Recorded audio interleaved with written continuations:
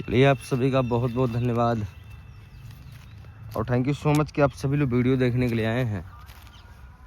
आज इस वीडियो को पूरा देख लीजिएगा, क्योंकि देखिए मैं वीडियो हमेशा डालता नहीं हूँ और हमें लगता है कि यही एक ऐसा चैनल है जो आपको जेन्युइन काम करा के दे रहा है। बाकी तो बहुत सारे चैनल से हमारी कॉपी करके भी वीडियो डाल रहे हैं लोग।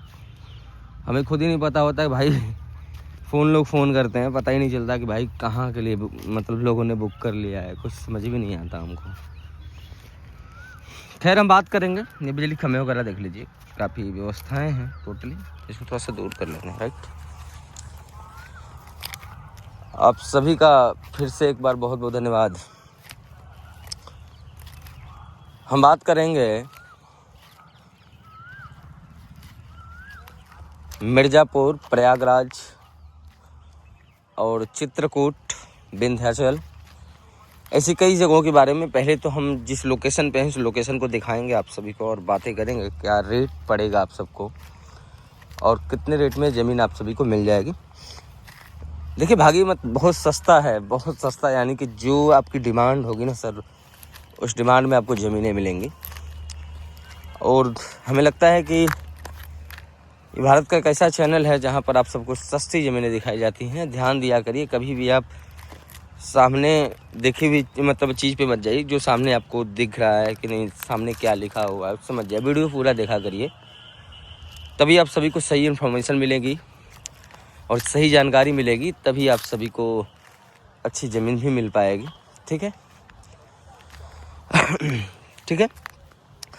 चलिए हम बात करते हैं अभी प्रेजेंट टाइम में मिर्ज़ापुर की। मिर्ज़ापुर की एक ऐसी लोकेशन है जिसका हम बोलते हैं लालगंज, और ये लालगंज की प्रस्तुति है। आप सबने देख ली, पूरी कड़क मिट्टी है, कोई पत्थर नहीं है। जो आप सभी की मांग होती है, सामने स्कूल पड़े हुए हैं और इधर इस साइड में आपके रोड हैं, देख रहे हैं। तो टोटल चीज़ें हैं यार, आप सभी के लिए मैं हमेशा मेहनत करता हूँ, आप सभी के लिए प्रयास करता हूँ कि आप सभी के लिए इसी प्रकार की मैं ज़मीनें आप सभी को प्रोवाइड करते रहूँ, ताकि आप सभी को किसी भी प्रकार की कोई दिक्कत परेशानियों का सामना न करना पड़े। और सबसे अच्छी बात कि यहाँ पर चारों तरफ खंभे की व्यवस्था है, लाइट वगैरह सारी चीज़ें हैं और गांव से घिरा हुआ है। ठीक है। और सबसे अच्छी बात ये सामने आपका स्टेशन है, तो यार सारी चीज़ें उपलब्ध हैं आपके सामने, है ना। ये देखिए, हमें देख रहे हैं भाई साहब।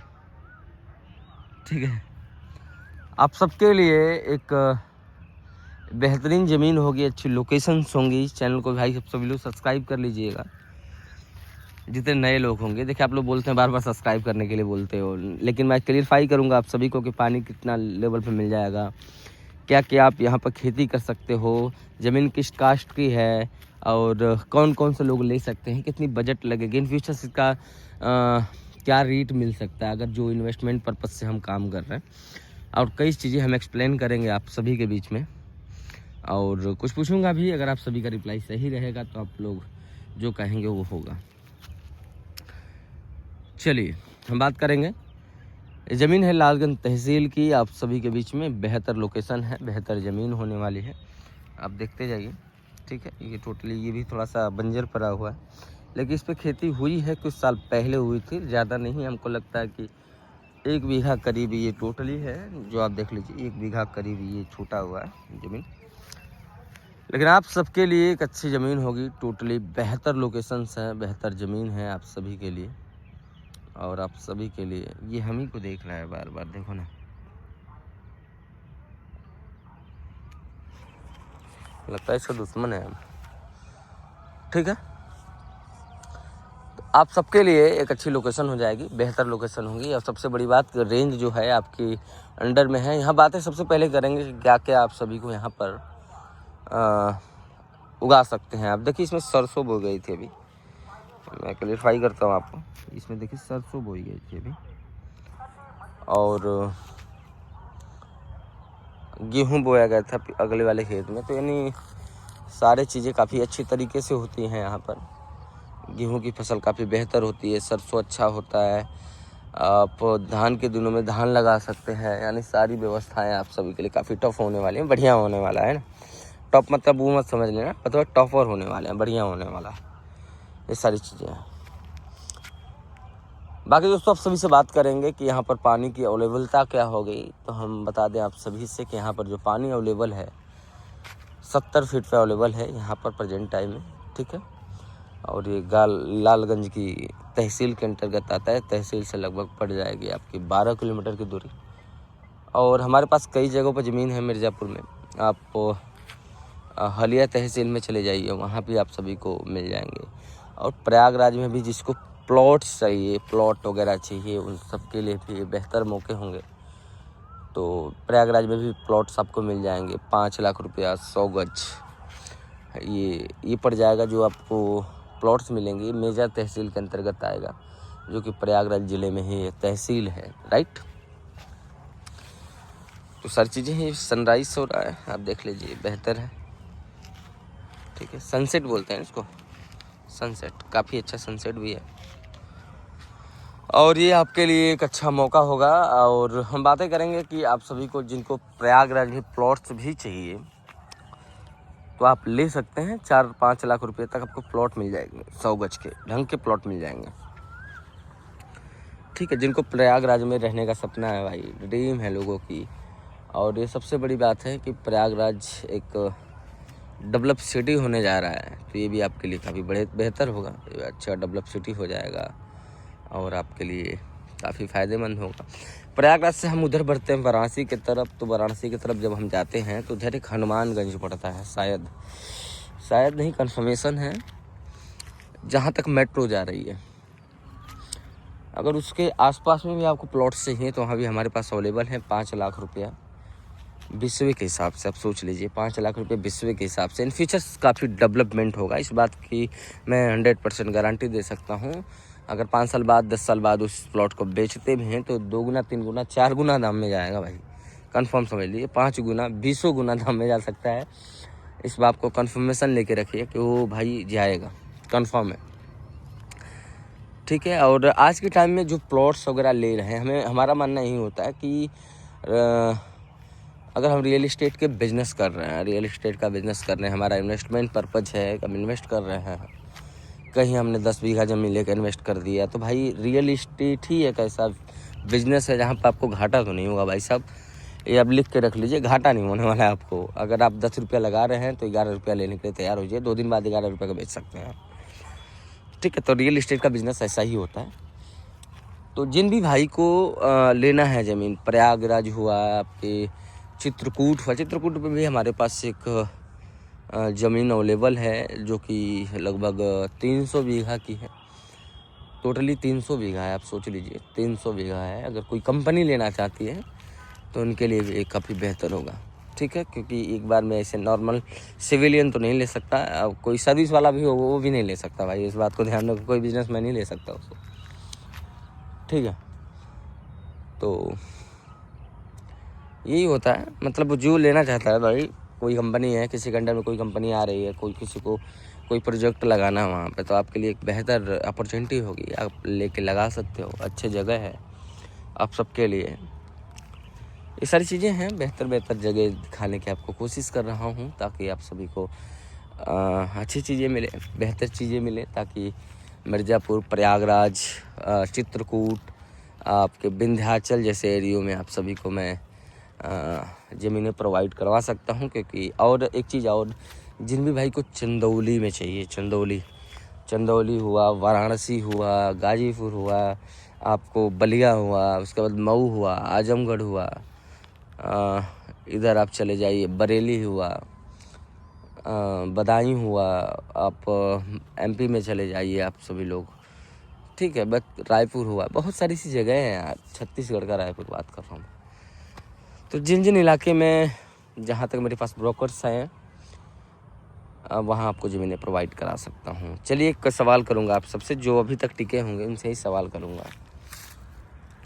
चलिए मानिए कि आप एक मेरे क्लाइंट हैं और मैं आपका ब्रोकर हूँ। ये सवाल किसी का था इसलिए मैं आपसे पूछ रहा हूँ, आप ही लोग फैसला कर दीजिएगा। कोई क्लाइंट है, अगर आपको 8-9 महीने से घुमा रहा है, 8-9 महीने आपको घुमाया, बोला भैया ज़मीन चाहिए, तो 1-2 महीना आदमी घूम सकता है यार। मतलब 1-2 महीना चलो ठीक है, अपने पैसे लगा के घूम लेगा यार, ठीक है। उनके लिए ज़मीन प्रोवाइड करके हम दे रहे हैं, फिर भी आपके साथ ज़बरदस्ती कर रहा है, कि भैया दे दीजिए, हम ज़मीन तो आप ही से लेंगे। लेकिन 2 महीना में आदमी होता है ना, किसी को परख लेता है यार। मतलब जो मेरे ब्रोकर का ही कहना था, और एक ब्रोकर थे मेरे एक्चुअली मिर्ज़ापुर के ही, तो उनको भाई साहब उस बंदे ने बहुत घुमाया बहुत घुमाया, 8-9 महीना घुमाया। वाराणसी का है, ठीक है, मैं बता दूंगा उसके बारे में टाइम आएगा तो। बहुत फेंकने की तो बात करो तो बहुत बड़ी बड़ी फेंकते हैं, वो पूछना नहीं है। फेंकने की बात करो तो बहुत बड़ा फेंकते हैं, यानी कि उनके सीएम लेवल तक, चीफ मिनिस्टर तक उनकी पहचान है, ठीक है। डिस्ट्रिक्ट मजिस्ट्रेट उनके अंडर में है, और क्या बोलते हैं, एसटीएफ तो एसटीएफ को दादा बन के बैठे हैं। पुलिस डिपार्टमेंट तो उनके अंडर में है। अब कुछ देश के चमचे भी हैं, मैं ऐसा नहीं कहूँगा। हालांकि उस व्यक्ति ने मुझे बात कराया था, एक व्यक्ति से जो अपने आप को इंस्पेक्टर बोल रहा था। मुझे नहीं लग रहा था इंस्पेक्टर था भी कि नहीं था, मुझे कन्फर्मेशन नहीं है। बट हम बात करेंगे टॉपिक पे कि कम से कम 2 महीना घुमाया। अगले बंदर ने, ब्रोकर ने बोला कि भैया देखें, फ्री में नहीं घूमेंगे हम, पैसे तेल पानी के जाते हैं हमारे। 10 लोग घुमा रहे हो आप किसी को बरेली में घुमा रहे हो, किसी को यहाँ घुमा रहे हो, वहाँ घुमा रहे हो, तो टोटली आप यहाँ वहाँ घुमा रहे हो, तो चीज़ें बहुत दिक्कत हो रही हैं, हम उतना पैसा नहीं लगा पाएंगे, ठीक है। तो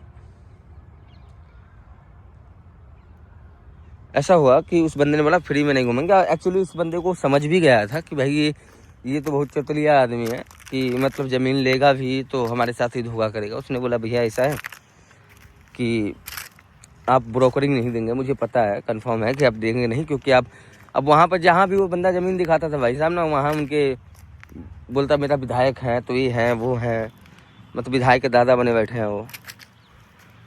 तो उसने उससे पैसे लिए, कितने लिए, लगभग 6 लाख करीब लिया था उसने। बोला भैया हमारी ब्रोकरिंग फीस दे दो। उसका एक भी और रीज़न था कि वो भी मतलब एक ब्रोकर ही बन रहा था है, तो वो भी गवर्नमेंट सर्विस वाला व्यक्ति है। वो कर क्या रहा था कि मतलब कई व्यक्तियों को उस पकड़ के उसके पास ले गया, बोला भैया इससे इस ज़मीन का 5 लाख दाम है, तो उससे 8 लाख ले लेना, 3 लाख मेरी प्रॉपर्टी में दे देना, मैं ले लूँगा। एज ए ब्रोकर वो भी काम ही कर रहा था एक हिसाब से देखा जाए तो। बाकी ब्रोकर को समझ में आ गया था बातें कि भाई ऐसा है कि अगला व्यक्ति देगा नहीं पैसा, तो इसलिए उसने पैसा ले लिया। उसने दे भी दिया, ये कहने वाली बात नहीं, दे दिया पैसा उसने, 6 लाख रुपये तक लगभग उसको दिया। उसके बाद उसने मिर्ज़ापुर में एक ज़मीन दिखाई उस व्यक्ति को। हालांकि उसका बुद्धि काम नहीं करा, जो लेने वाला था वो दिमाग लगाया। उसके बाद वहाँ पर ज़मीन लोकेशंस वगैरह भेज के उसको ज़मीन दिखवाया, बुलवाया। अब अगला बंदा क्या किया कि गांव वालों से संपर्क किया, लोकल वहाँ के लोकल लोग थे, सिविलियन थे, उनसे संपर्क किया, संपर्क करके ज़मीन ले लिया। हालांकि ज़मीन जिसने दिखाया था, वही ज़मीन जिसने वो दिखाया था, उसी ज़मीन को उसने बंदे ने ले लिया। अब वो बोल रहा है कि भैया जो तुम्हें पैसा दिया वो रिटर्न करो। तो आप बताइए कि 8 महीना बंदा घुमा है, ज़मीन भी आपने वही लिया जिसको उसने दिखाया। तो फिर आप लोग कमेंट करके बता दीजिए, क्या उसको देना लीगल रहेगा कि अनलीगल रहेगा, सही रहेगा या गलत रहेगा, आप ही लोग बता दीजिएगा। जैसा आप लोग की सोच होगी तो बंदा आगे वैसा प्रोसेस करेगा, बिकॉज आप लोग समझदार हैं। इसमें कितने लोग समझदार हैं, सारी चीज़ों को समझते हैं। कितने मेरे वीडियो को वकील देखते हैं, कितने जज देखते हैं, पुलिस डिपार्टमेंट के लोग देखते हैं, उच्च अधिकारी देखते हैं। तो आप लोग मुझे बता सकते हो थोड़ा बहुत कि हम उसे क्या सुझाव दें, क्या करना चाहिए उसको, क्योंकि भाई ऑलरेडी पैसे वो खर्च कर चुका है। किसी के पास पैसे तो टिकते नहीं भाई।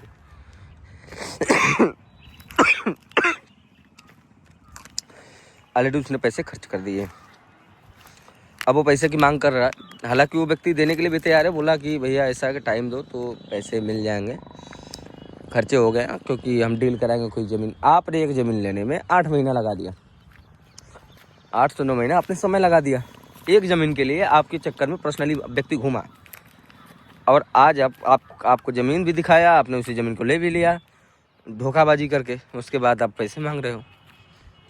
समझ सकते हो आप लोग। बाकी आप सभी लोग सुझाव दीजिएगा क्या करना चाहिए। बाकी जिनको भी ऐसी जगहों पर ज़मीनें चाहिए, आप सभी लोग ले सकते हैं। ध्यान रखिए, आप जब भी विजिट करने जाएं, देखिए कुछ चार्ज हैं, ज़्यादा चार्ज नहीं है। इस वीडियो के माध्यम से बताऊंगा कि जब भी आप ज़मीन देखने जाएं, जो भी आपके साथ ब्रोकर जा रहा है, मैं भाई इस चीज़ को सोच समझ के लगा रहा हूँ कि भैया देखिए 2,500 रुपये उसको दे दीजिएगा, तेल पानी का दुबई, क्योंकि आपके लिए वो दौड़ रहा है।